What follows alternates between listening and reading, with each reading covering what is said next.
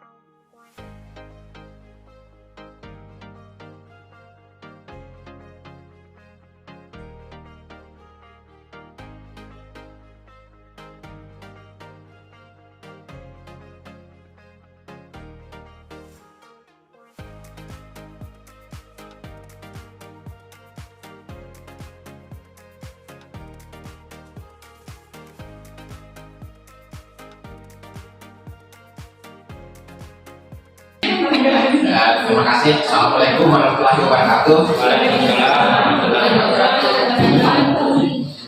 Ya, saya hormati Bapak Ibu Wakasek, teman-teman guru, Mak jadi tripod, Kak. pendidikan.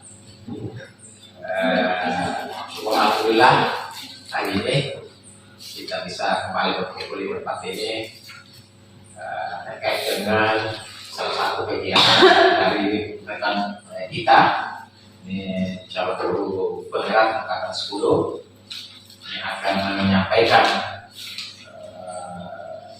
materi terkait dengan diseminasi budaya positif. Untuk itu saya persilahkan kepada Ibu Wisna untuk menyampaikan materinya. Bismillahirrahmanirrahim. Assalamualaikum warahmatullahi wabarakatuh. Yang terhormat Bapak Kepala PTSD Sriwijaya, yang saya hormati Ibu Wakasek Kurikulum, dan yang saya hormati pula Bapak Ibu Guru pembina di PTSD Sriwijaya. Pertama-tama saya ucapkan terima kasih kepada Bapak Kepala Sekolah yang telah memberikan saya kesempatan untuk menyampaikan diseminasi budaya positif untuk pemenuhan tugas aksi nyata saya dalam program guru penggerak angkatan 10. Bersyukur kita panjatkan kehadiran Allah Subhanahu wa Ta'ala karena berkat rahmat dan hidayahnya juga sehingga kita bisa kembali bertemu di ruangan yang sederhana ini semua dalam keadaan sehat walafiat. Tak lupa pula kita kirimkan salawat dan salam kepada junjungan kita Nabi besar Muhammad SAW yang telah membawa kita dari alam yang gelap ke alam yang terang benderang seperti sekarang ini. Dalam ini jadi langsung saya ingin menyampaikan diseminasi budaya positif. Dan saya sudah sampaikan bahwa ini untuk pemenuhan saya dalam tugas aksi nyata di pendidikan guru penggerak angkatan 10, diseminasi budaya positif. Jadi pertama-tama kita ketahui dulu apa itu budaya positif. Jadi budaya positif adalah sikap, nilai, kepercayaan, dan praktik-praktik yang menciptakan lingkungan yang mendukung dan memotivasi orang untuk berkembang dan berkontribusi secara positif. Budaya positif merujuk pada kumpulan norma, nilai-nilai kebajikan universal, dan kebiasaan positif yang berkembang dalam suatu lingkungan, baik itu di tempat kerja, di sekolah, atau di masyarakat. Budaya positif ini mengacu pada sikap positif dan perilaku yang didorong seperti menghargai orang lain, bekerja sama, menghormati perbedaan, berpikiran terbuka, mengembangkan hubungan yang sehat, dan fokus pada solusi.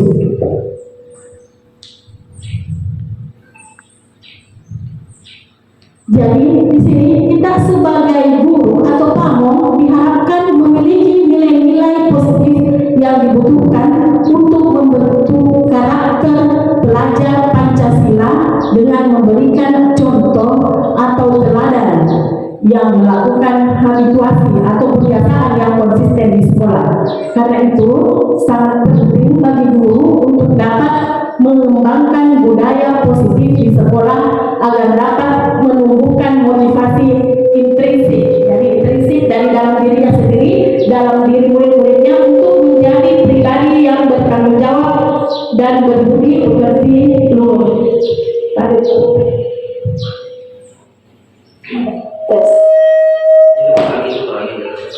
Ya.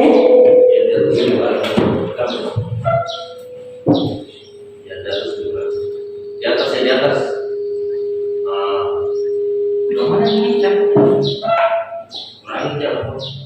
Oke. Ya, terima kasih Pak. Jadi kita di sini ada dalam budaya positif ada 5 yang bisa kembangkan. Yang pertama ada disiplin positif, ada motivasi perilaku manusia, ada posisi kontrol guru, keyakinan sekolah atau bisa keyakinan kelas, dan segitiga penerapan segitiga restitusi.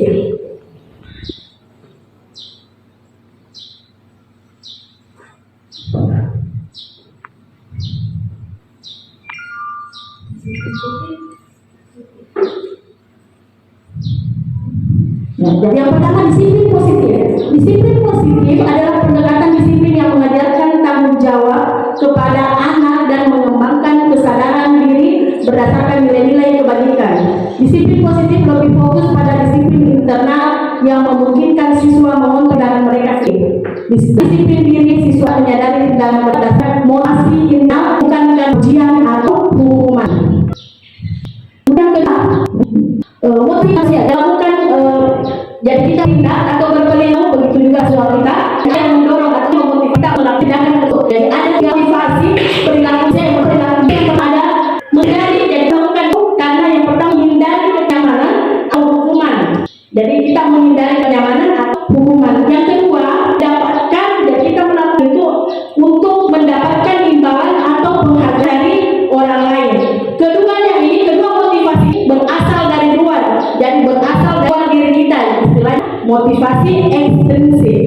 Dan yang dibutuhkan di sini, motivasi sebenarnya yang dibutuhkan di sini adalah motivasi dari dalam diri kita, yaitu menjadi diri mereka yang dimiliki dengan menghargai diri sendiri sesuai dengan nilai-nilai yang mereka percaya. Jadi di sini nanti kita bagaimana bahwa apa yang kita lakukan itu, apa yang siswa-siswa lakukan, kita nanti tuntut berasal dalam dirinya sendiri, masih bukan dari orang lain.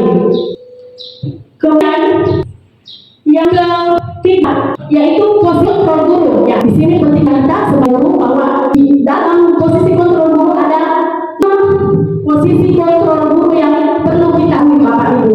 Ada 5 posisi kontrol guru. Yang pertama, guru penghubung. Posisi guru penghubung, kontrol penghubung.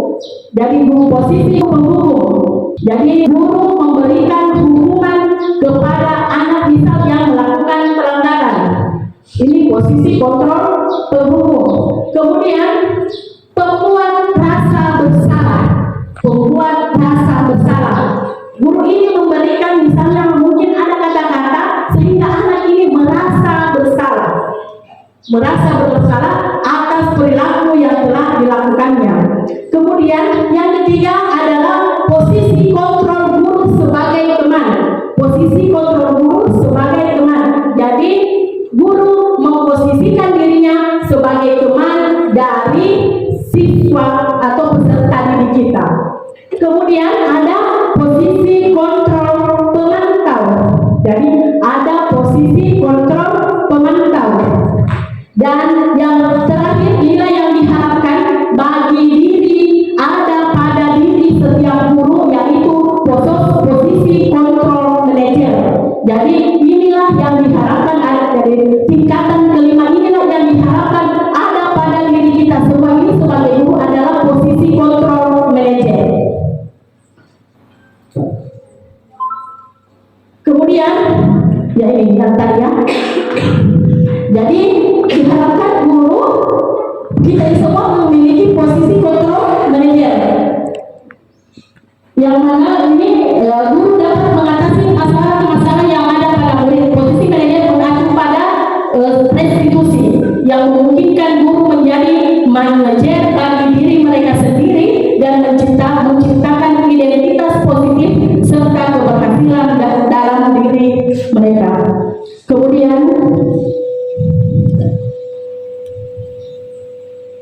yang keempat yaitu keyakinan sekolah atau keyakinan kelas. Jadi ini mungkin sudah hampir semua guru mungkin sudah melakukan keyakinan kelas atau membuat keyakinan kelas di kelasnya masing-masing mungkin. Jadi ada juga, dan keyakinan kelas ini nantinya akan mengacu ke keyakinan sekolah. Jadi mengapa keyakinan bukan peraturan kelas saja?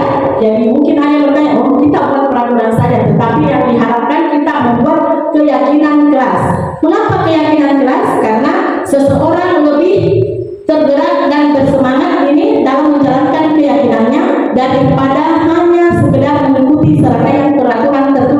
seperti dilarang pakai ini, dilarang pakai ini.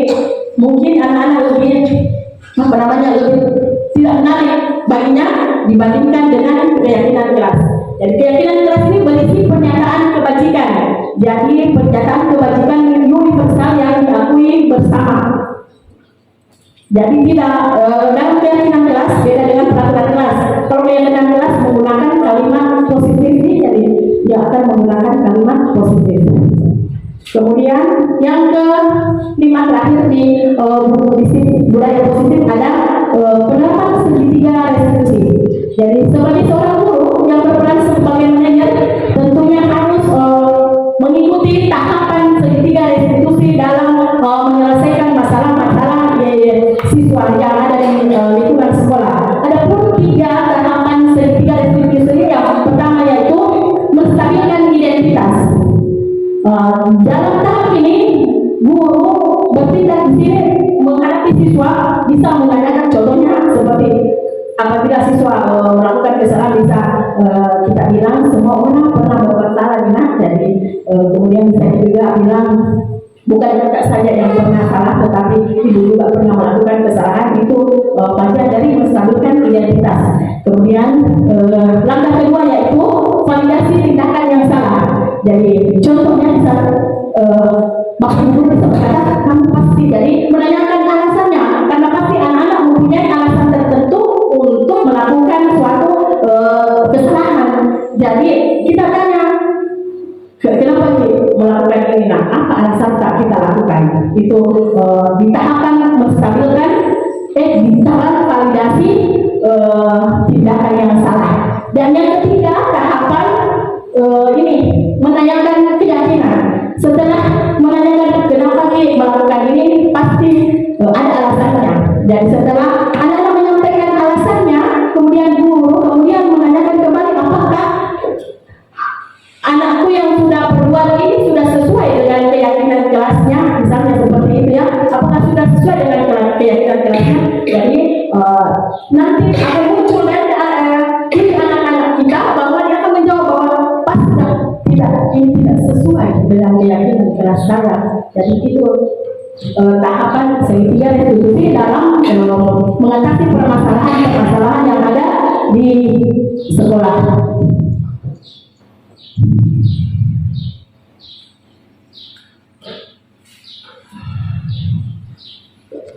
Jadi kita kembali ini yang pertama tadi Bapak Ibu.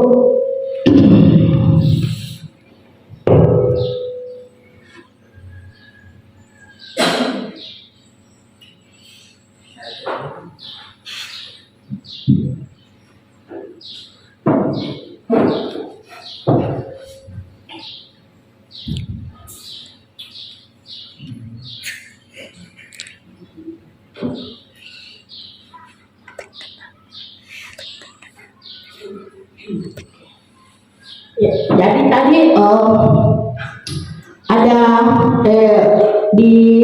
ada budaya positif, ada 5 ya, ada kebutuhan dasar manusia. Jadi kita di sini diminta Bapak Ibu kalau ada siswa ribut saat guru bisa Bapak Ibu berpartisipasi ya.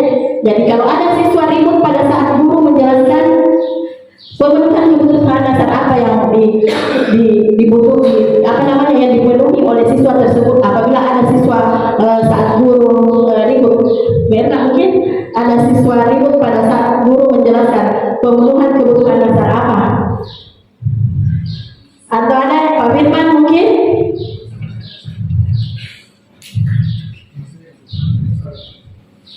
Sedikit kalau menyangkut tentang ada siswa ribut saat guru menjelaskan, mungkin pemenuhan kebutuhan dasar yang perlu kita lakukan sebagai pembina atau pendidik dalam kelas itu memberi kesempatan anak itu untuk bicara dulu.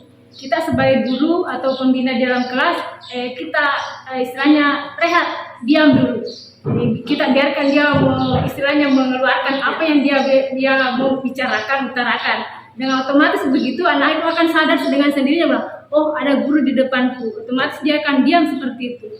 Barangkali begitu. Terima kasih Bu Isna. Iya, terima kasih untuk Ibu Hasna bahwa kebutuhan dasar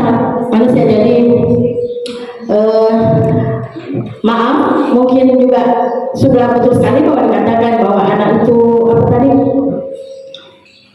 ini ya diberi kesempatan untuk ini saya lupa bahwa ada 5 kebutuhan dasar manusia. Jadi ini maksud kebutuhan dasar manusia ada kebutuhan bertahan hidup, kebutuhan untuk diterima dalam komunitas, kebutuhan pengakuan atas kemampuan, kebutuhan kebebasan, dan kebutuhan akan kesenangan. Jadi ada 5 dasar kebutuhan manusia, ada bertahan hidup, untuk diterima dalam komunitas, pengakuan atas kemampuan, kebutuhan kebebasan, dan kebutuhan akan kesenangan. Jadi saya ulang, kalau siswa merokok di kantin, kebutuhan akan apa tadi, Bapak Ibu? Ya, kebutuhan kesenangan. Kalau siswa sering datang terlambat karena alasan terlambat bangun, kebutuhan apa Bapak Ibu?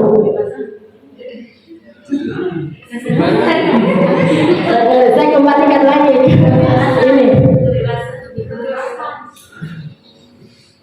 Kebutuhan bertahan hidup, diterima dalam komunitas, pengakuan atas kemampuan, kebebasan, dan kesenangan.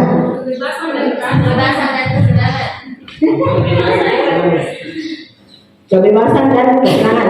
Kemudian, siswa tidak menyelesaikan tugas karena alasan tidak bisa mengerjakan.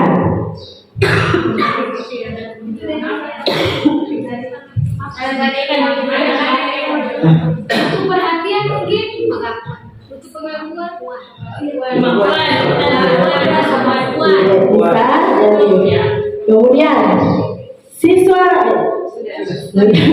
jadi ada siswa tertawa saat guru sedang menjelaskan materi. Apa? Kebetulan akan kesenangan. Kemudian ada siswa bercerita dengan teman sebangkunya saat pembelajaran sedang berlangsung. Kebutuhan atas apa? pengakuan. Mau diakui, mau diambil. Bukan kebebasan. Dan ada siswa tertidur saat pembelajaran berlangsung. Bisa.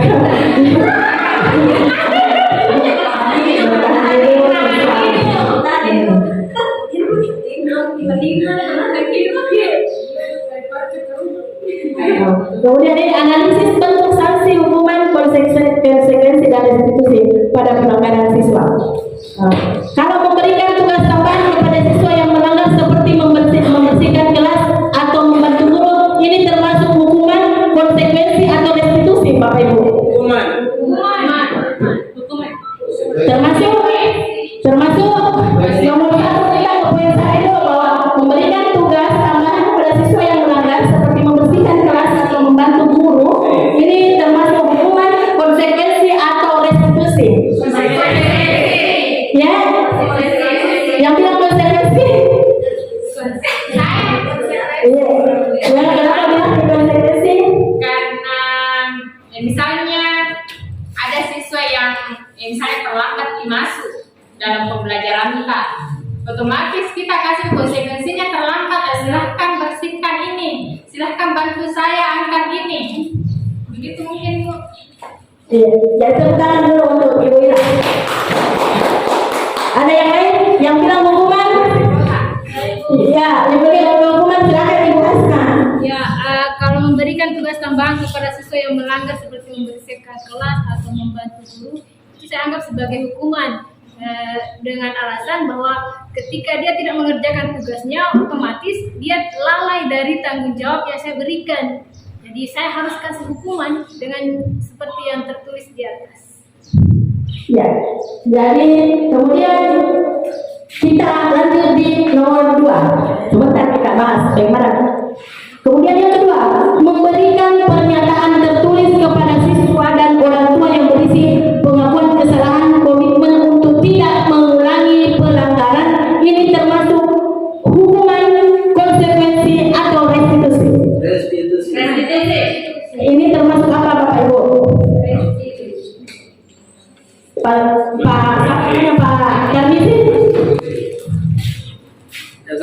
menurut saya Bu, ini termasuk restitusi karena di sini ada proses penyelesaian masalah. Nah, termasuk itu agar supaya tidak mengulangi pelanggaran dengan cara memberikan pernyataan tertulis kepada siswa dan orang tuanya supaya tidak mengulangi kesalahan dan mengakui kesalahan yang dilakukan. Iya, terima kasih. Kemudian, mengerjakan tugas pada jam istirahat karena terlambat mengikuti pelajaran. Konsekuensi, hukuman atau restitusi. Mengerjakan tugas pada jam istirahat karena terlambat mengikuti pelajaran. Konsekuensi, restitusi atau hukuman.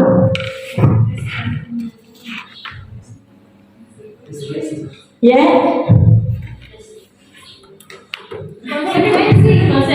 Ya. Konsekuensi. Kalau Werna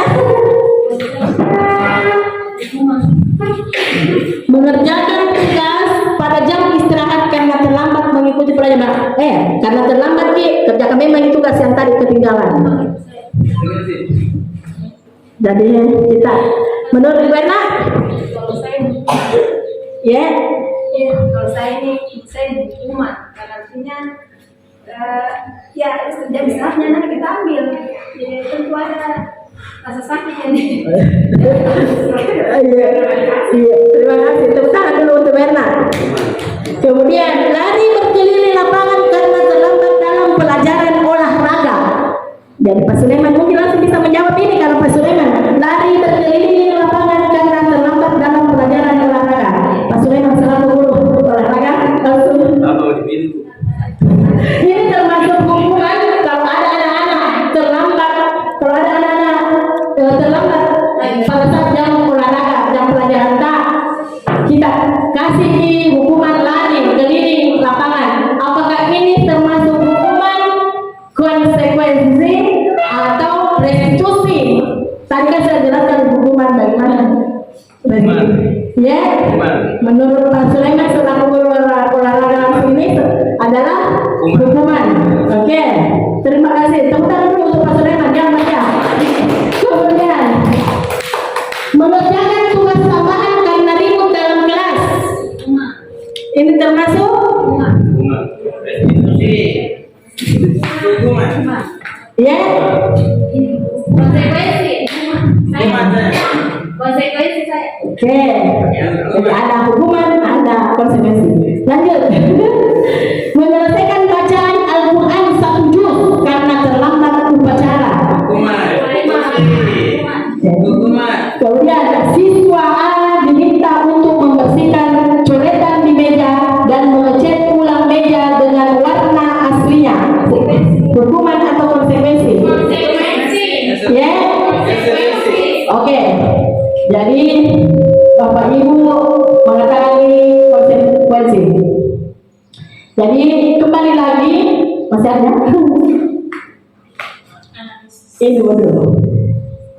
Kemudian siswa A dan B dibantu di kelas menyajikan lalu dengan edukasi untuk membantu mereka belajar. Ya. Apa? Restitusi. Kemudian siswa A diminta untuk datang 15 menit lebih awal ke sekolah selama seminggu untuk membantu guru mempersiapkan kelas atau membersihkan lingkungan sekolah. Sama ini restitusi juga. Melarang siswa untuk mengikuti pelajaran di sekolah selama beberapa hari karena kedapatan merokok. Konsekuensi. Siswa A diminta untuk membuat poster terkaitan dengan tadi dia merokok, kemudian dikasih ini.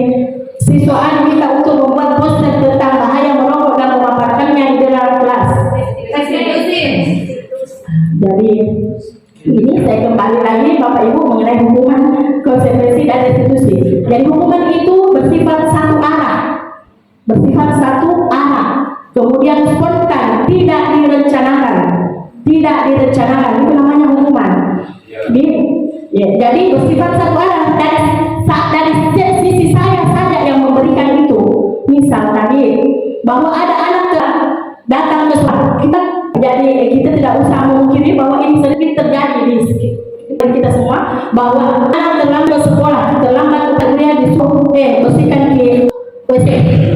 bersihkan di WC. Itu apakah anak-anak juga itu berasal dari inisiatif anak-anak bahwa ini saya membersihkan WC? Kan dari satu orang saja, pihak gurunya saja memberikan bahwa ini. Dan secara tiba-tiba kita tidak rencana tidak direncana, itu namanya hukuman. Tapi kalau misalnya sesuai dengan kesepakatan kelas yang sudah dibuat, Ya,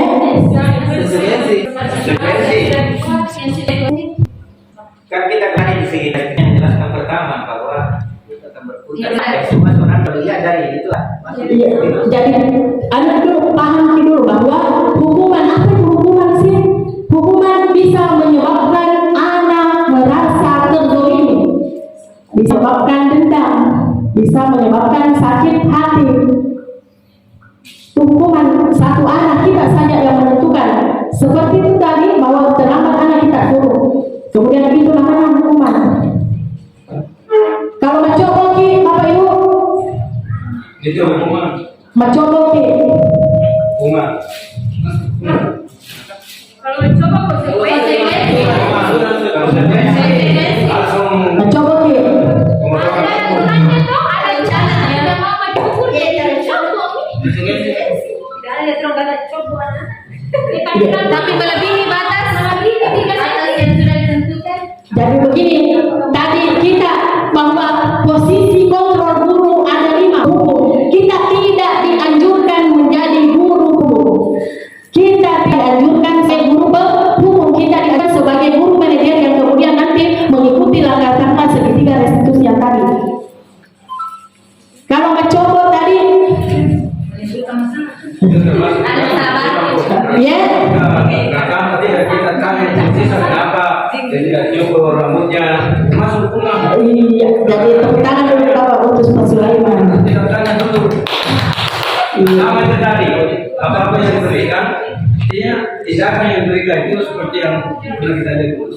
Tidak selama ini kita memberikan hukuman bukan situ. Banyak terjadi kesalahan sama kita. Kita sendiri menghukum diri kita. Ternyata karena kita tidak tahu ini sisa kenapa tidak pakai topi. Kenapa tidak itu hormat bendera? Apa ini sesuai dengan pelanggarannya? Ternyata salah kita. Iya, Jadi itu siswa diberikan hukuman sesuai dengan pelanggarannya. Harus seperti itu, tapi jaga dulu komunikasi. Apa-apa yang menyebabkan kondisi yang saya lihat. Iya. Itu sangat sebanyak. Jadi terima kasih untuk Pak Sulaiman. Jadi Pak Sulaiman sudah paham bahwa guru memang tidak dianjurkan menjadi guru penghukum, guru pembuat rasa bersalah seperti gara-gara ini itu yang saya kepada sekolah. Sering kita gara-gara ini kan betul kemudian saya kepada sekolah itu kan buat rasa bersalah, anak merasa berbuat rasa bersalah. Kemudian pemantau jangan kau keluar dari kelas kalau tidak selesai tugas kontrol guru pemantau. Nah kemudian yang teman yang saya bilang yang sering kita lakukan, saya juga yang paling sering saya lakukan menjadi posisi kontrol teman saya sebagai temannya siswa. Saya berharap ini bahwa kalau saya menjadi temannya, anak-anak bisa menceritakan keluh kesahnya, menceritakan masalahnya. Padahal ini masih menimbulkan masih kurang bagus untuk dijadikan sebagai posisi kontrol guru. Yang paling ideal adalah posisi kontrol manajer. Manajer tadi yang sebut tadi Pak Sulaiman bahwa kalau ada anak-anak yang tidak langsung kita coba ditanya kenapa tidak diberikan dulu kesempatan, kenapa kemudian diberikan alasannya, menanyakan validasi tindakan yang salah, dan yang terakhir adalah menanyakan keyakinan. Iya, jadi di situ ada banyak di situ langkah-langkahnya, bisa kemudian menanyakan keyakinan, setelah itu bisa dipanggil orang tuanya atau bagaimana nih. Jadi mari kita sama-sama menghindari posisi kontrol guru penghukum, pembuat rasa bersalah, dan yang ideal sekali bahwa guru itu adalah posisi kontrol manajer dengan mengikuti langkah-langkah segitiga restitusi. Yang pertama tadi menstabilkan identitas, kemudian validasi tindakan yang salah, dan yang ketiga adalah menanyakan keyakinan Bapak Ibu. Ini. Jadi itu ketiga restitusi. Terus atau ada yang mau memberikan mau bertanya atau mau memberikan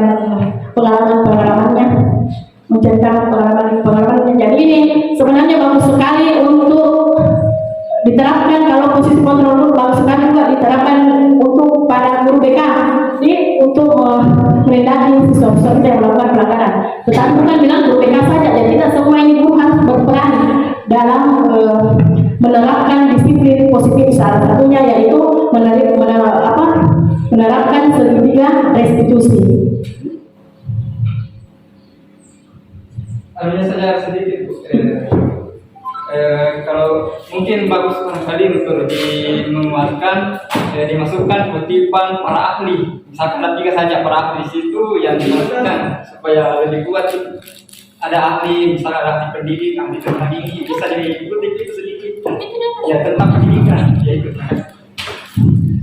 Ya, dan inilah sebenarnya bahwa pendidikan filosofi yang diajarkan dewasa, bahwa pendidikan benih-benih makanya ya. Jadi kita mengacu kepada filosofi pendidikan di Hajar Dewantara, bahwa tujuan pendidikan itu menuntun. Jadi kita hanya guru ini hanya bersifat menuntun, jadi menuntun segala kodrat yang ada pada anak agar mereka dapat mencapai keselamatan dan kebahagiaan setinggi-tingginya sebagai manusia, individu ataupun masyarakat. Jadi ini saja tugas kita, menuntun anak-anak menuju kebahagiaannya sesuai dengan kodrat alam dan kodrat zamannya. Jadi pendidikan itu mengikuti kodrat alam, apa yang ada pada diri anak kita. Seperti ini tadi sudah kita rapat bahwa ada jalur peminatan siswa dalam menentukan kelasnya di nanti masa depannya. Jadi kita tentukan di sini kita tuntun anak-anak untuk memilih kelas peminatan yang mereka inginkan sesuai dengan apa yang mereka, potensi yang mereka miliki.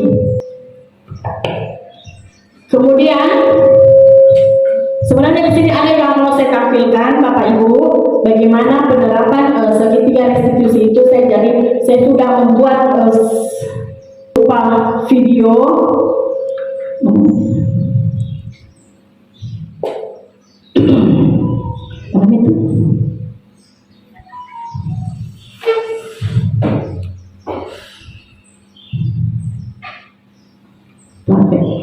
Tapi mungkin tidak.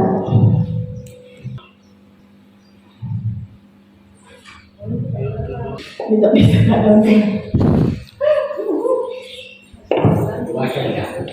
tunggu nih.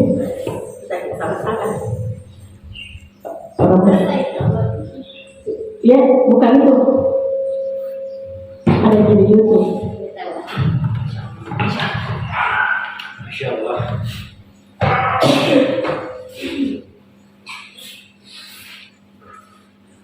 Jadi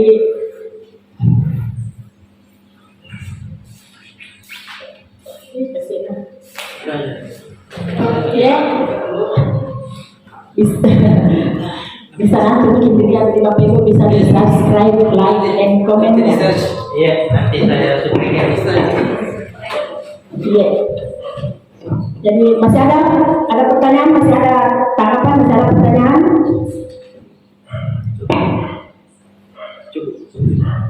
Ya, cukup.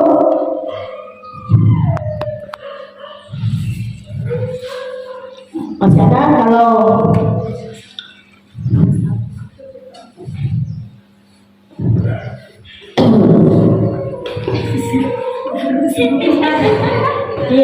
Bisa lebih jelas lagi perbedaan yang menjelaskan terkait dengan hukuman dan konsekuensi. oh iya, kembali ke tadi di yang Ibu. Iya.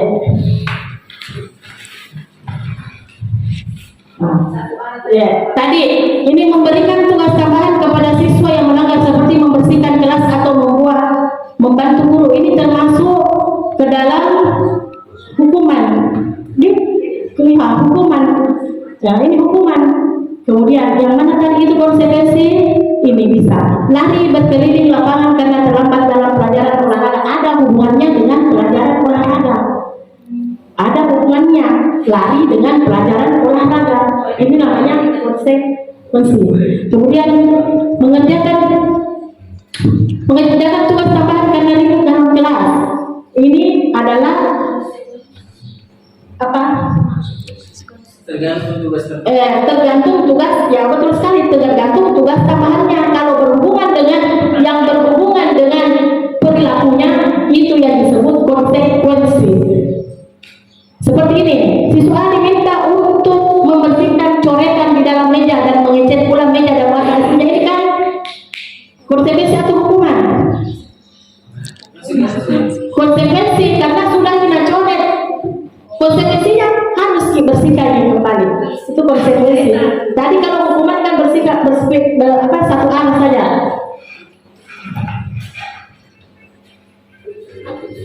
Nah, kalau ini termasuk sudah pernah kawan resti, jadi restitusi. Dan pengakuan bahwa dia salah.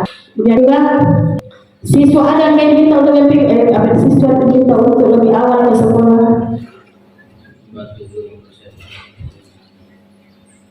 Nih. Nah, mengerjakan terus pada jam istirahat karena terlambat mengikuti pelajaran. Ini apa tadi? Konsekuensi. Karena terlambat jadi kerjakan tugas tak kembali. Ini konsekuensi. Ya, jadi konsekuensi itu ada hubungannya dengan apa yang telah telah dilakukan yang sesuai. Iya, ada hubungan. Kemudian kalau hubungan itu tadi bersifat satu arah. Bisa paham? Ya, insyaallah. Iya. Jadi masih ada? Kalau tidak ada lagi, saya ucapkan banyak terima kasih. Semoga apa yang kita kerjakan hari ini, yang kita lakukan hari ini, menilai ibadah oleh Allah Subhanahu wa Ta'ala. Saya ucapkan juga terima kasih kepada para sekolah, teman-teman guru semua yang berkesempatan hadir pada destinasi budaya positif saya hari ini. Akhir kata saya ucapkan wabillahi taufiq wal hidayah. Wassalamualaikum warahmatullahi wabarakatuh. Waalaikumsalam warahmatullahi wabarakatuh.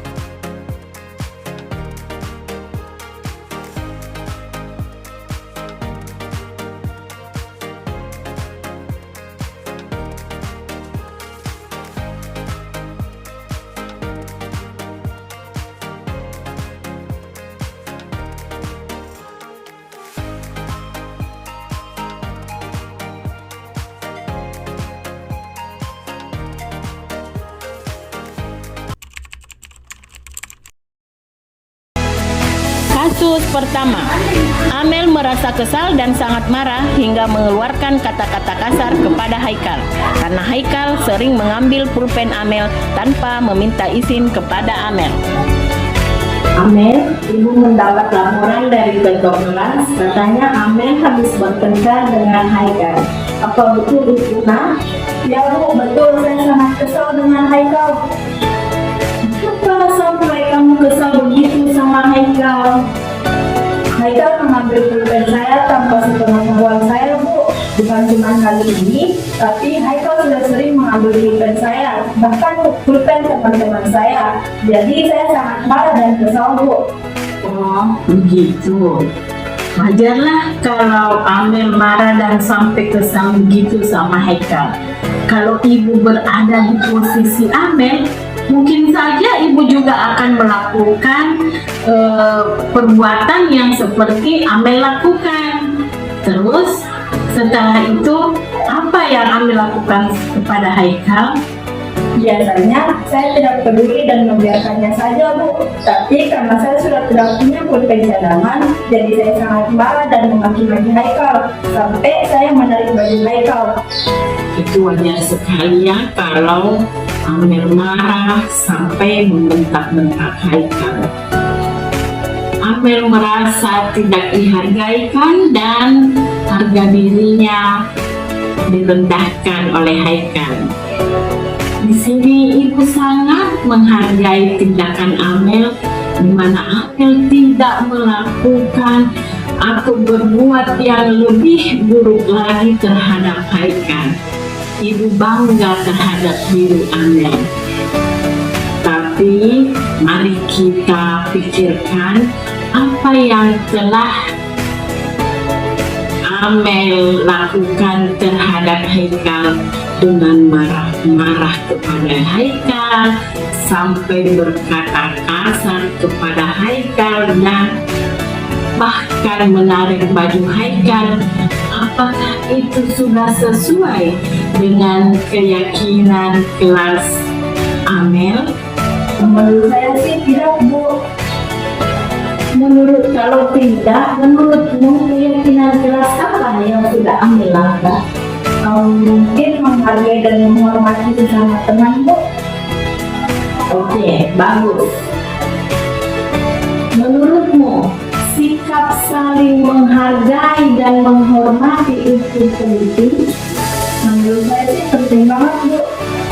Jika itu penting, apa yang bisa Amel lakukan yang sesuai dengan keyakinan kelas Amel ketika Amel sedang marah? Mungkin menahan diri dan bersabar, Bu. Apakah kamu bersedia memperbaiki masalah ini? Bersedia, Bu. Apa yang bisa Amel lakukan untuk memperbaikinya? Saya akan meminta maaf kepada Haikal, Bu, dan saya meminta Haikal untuk membawa alat tulis sendiri. Dan jika Haikal tidak membawa alat tulis, saya akan menyuruh Haikal untuk meminta izin terlebih dahulu untuk meminjam pulpen saya, Bu. Dan saya juga akan melaporkan Haikal ke wali kelas jika tulis begitu. Dan saya tidak akan melakukan lagi hal-hal yang tidak menghargai teman saya, Bu. Dan juga menyampaikan kepada teman-teman saya untuk selalu mengingatkan tentang keyakinan kelas kita, Bu. Mantap sekali rencana Amel ya. Silahkan dilakukan dan tetap semangat ya Nak Amel. Sekarang Nak Amel bisa kembali ke kelasnya. Ya, Bu, terima kasih, Bu.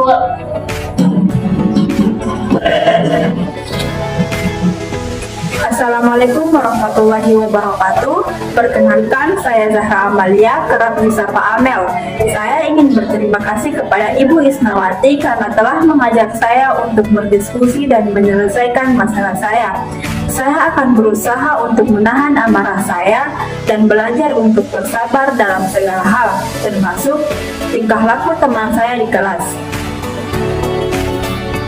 Kasus kedua, Fatur tertidur di kelas pada saat pembelajaran, sehingga Fatur tidak bisa mengikuti pembelajaran dengan baik.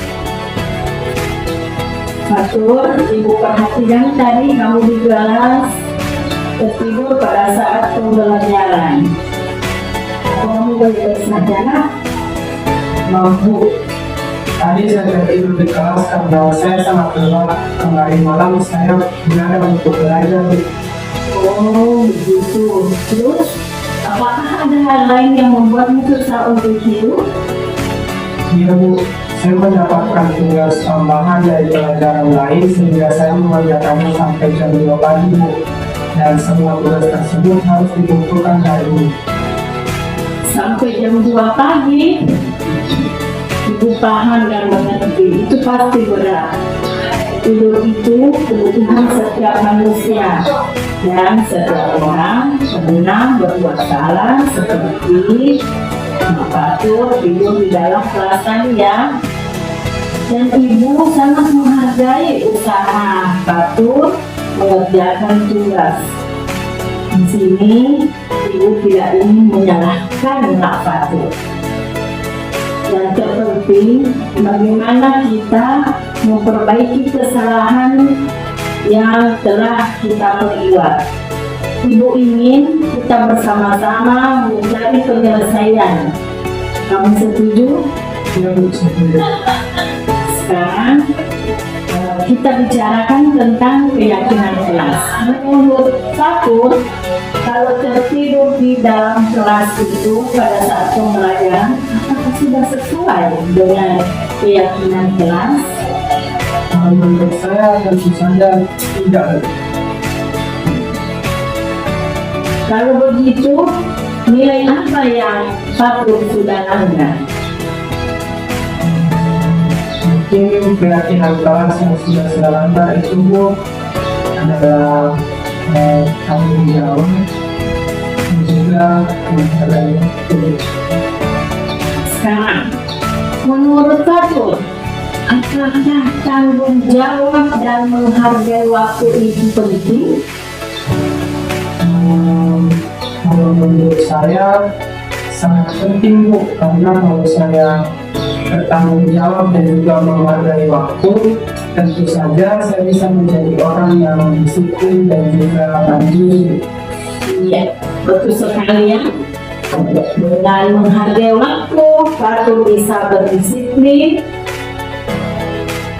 bisa membuat keputusan dengan bijak, dan Fatur juga bisa mengetahui konsekuensi dari tindakan yang Fatur lakukan. Nah, sedangkan bertanggung jawab, Fatur bisa lebih terampil dalam menyelesaikan masalah. Nah, sekarang apakah Fatur bersedia memperbaiki tindakan Fatur? Saya bersedia Bu. Nah, sekarang apa yang Fatur bisa lakukan atau Fatur bicarakan supaya Fatur tidak ngantuk lagi di kelas? Pertama saya minta maaf Bu karena sudah tertidur di kelas. Mungkin untuk memperbaiki kesalahan saya akan lebih menghargai waktu lagi, mengerjakan semua tugas-tugas saya sesegera mungkin dan tidak menunggu sampai tugas-tugas itu menumpuk.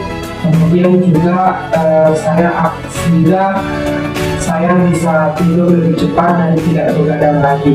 Dan juga saya akan selalu mengingat pilihan kelas di kelas saya. Mantap sekali, Ibu setuju. Silahkan dilakukan ya Nak. Tetap semangat ya. Sekarang Fatur bisa kembali ke kelas. Baik Bu, terima kasih. Assalamualaikum warahmatullahi wabarakatuh.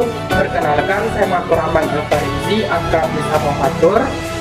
Saya ingin mengucapkan terima kasih kepada Ibu Isnawati karena telah mengajak saya untuk berdiskusi menemukan solusi dari masalah yang saya hadapi. Dari diskusi tersebut, saya akan belajar untuk mengatur waktu sebaik mungkin, mengerjakan semua tugas-tugas yang saya dapatkan tanpa menunggu tugas tersebut menumpuk, dan juga akan selalu mengingat keyakinan kelas. Terima kasih. Assalamualaikum warahmatullahi wabarakatuh. Demikianlah video aksi nyata saya kali ini. Semoga bisa menginspirasi. Salam guru penggerak, tergerak, bergerak, menggerakkan. Wassalamualaikum.